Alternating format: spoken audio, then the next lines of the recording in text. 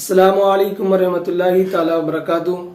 آج کی اس ویڈیو کے اندر ہم بات کرنے والے ہیں ایک ایسا مسئلہ جو لوگوں کے درمیان بہت زیادہ مشہور ہے اور بہت زیادہ رائج ہے۔ بہت سارے لوگ اس کو دریافت کرتے ہیں، پوچھتے ہیں۔ مسئلہ یہ ہے کہ اگر نماز کے اندر داہنے پیر کا انگوٹھا اپنی جگہ سے سرک جائے، اپنی جگہ سے ہٹ جائے، تو لوگ یہ خیال کرتے ہیں کہ انگوٹھا اپنی جگہ سے ہٹنے کی وجہ سے، انگوٹھا اپنی جگہ سے سرکنے کی وجہ سے نماز میں خرابی پیدا ہو جاتی ہے، نماز فاسد ہو جاتی ہے۔ اس طرح کے خیال لوگوں کے درمیان مشہور ہیں۔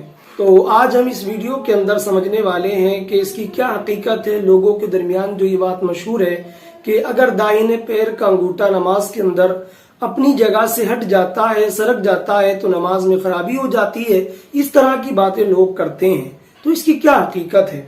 تو آپ یہ بات ذہن میں رکھیں کہ اگر نماز کے اندر داہنے پیر کا انگوٹھا اپنی جگہ سے ہل جاتا ہے، اپنی جگہ سے سرک جاتا ہے، تو اس سے نماز کے اندر کوئی خرابی نہیں آتی ہے۔ لیکن یہاں پر یہ بات ذہن کے اندر رکھی جائے کہ اگر کوئی شخص نماز کے اندر جان بوجھ کر جسم کے کسی بھی حصے سے کوئی حرکت کرتا ہے تو یہ حرکت کرنا عبث ہے اور مکروہ ہے۔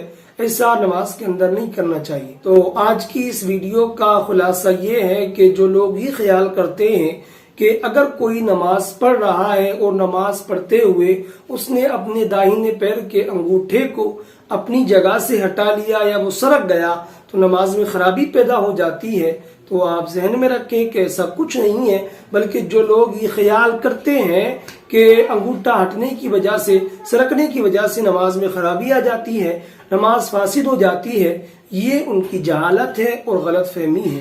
تو میں امید کرتا ہوں کہ وہ لوگ جو اب تک غلط فہمی میں مبتلا ہیں وہ اس ویڈیو کے ذریعے غلط فہمی سے باہر آئیں گے۔ تو اسی کے ساتھ وداع چاہتا ہوں، اور اگر آپ چینل پر نئے ہوں تو اس کو سبسکرائب کریں۔ تب تک کے لیے خدا حافظ۔